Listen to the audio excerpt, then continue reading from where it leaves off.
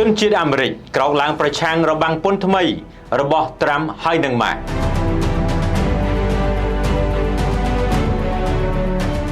ប្រជាជនអាមេរិករាប់ពាន់នាក់នៅទូទាំងរដ្ឋទាំង50និងជុំវិញពិភពលោកបានប្រមូលផ្ដុំគ្នាតវ៉ាដ៏ធំហៅថា Hand Off ប្រឆាំងនឹងគោលនយោបាយត្រាំហើយនឹងម៉ាស់ដែលបានកាត់បន្ថយថវិការដ្ឋាភិបាលនិងជំរុញឲ្យមានរបាំងពន្ធគយរហូតដល់វាប៉ះពាល់ដល់ប្រព័ន្ធសាធារណៈនិងពាណិជ្ជកម្មពិភពលោកនៅថ្ងៃនេះទី6ខែមេសាឆ្នាំ2025ប្រជាជនអាមេរិករាប់ពាន់នាក់នៅទីក្រុង Los Angeles ក្រុមអ្នកតវ៉ាបានប្រមូលផ្ដុំតវ៉ានិងសម្ដែងការមិនពេញចិត្តរបស់ពួកគេចំពោះប្រធានាធិបតីសហរដ្ឋអាមេរិក Donald Trump ក៏ដូចជាទីប្រឹក្សាជិតស្និទ្ធរបស់គាត់គឺ Elon Musk បន្ទាប់ពីមានការជំរុញនិងការផ្លាស់ប្ដូរគោលនយោបាយផ្សេងៗការតវ៉ានៅក្នុងតំបន់នេះគឺជាការប្រមូលផ្ដុំគ្នាជាង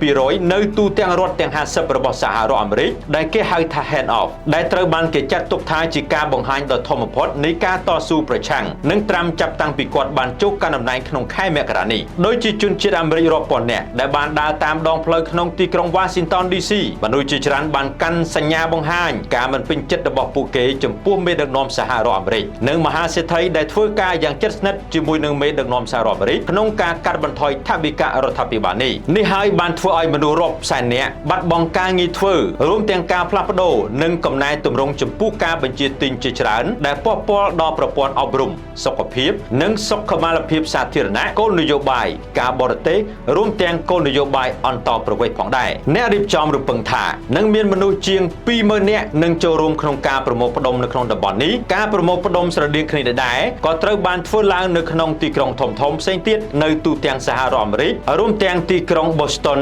Chicago និង New York ផងដែរខណៈដែលពួកគេស្ទង់មតិចំនួនបានបង្ហាញថាប្រជាប្រិយភាពរបស់មេដឹកនាំអាមេរិកវាបានធ្លាក់ចុះដល់ទៅ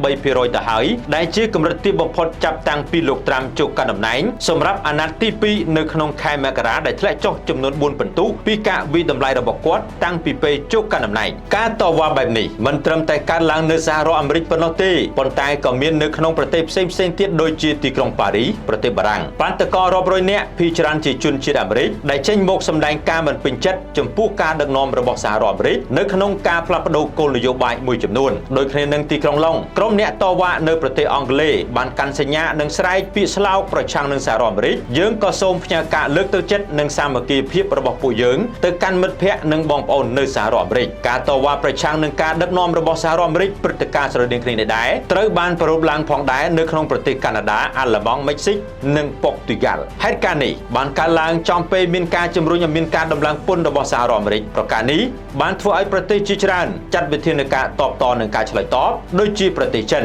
ដែលបានប្រកាសដំឡើងពន្ធនាំចូលពីផលិតផលទាំងអស់ពីសហរដ្ឋអាមេរិកបន្ថែម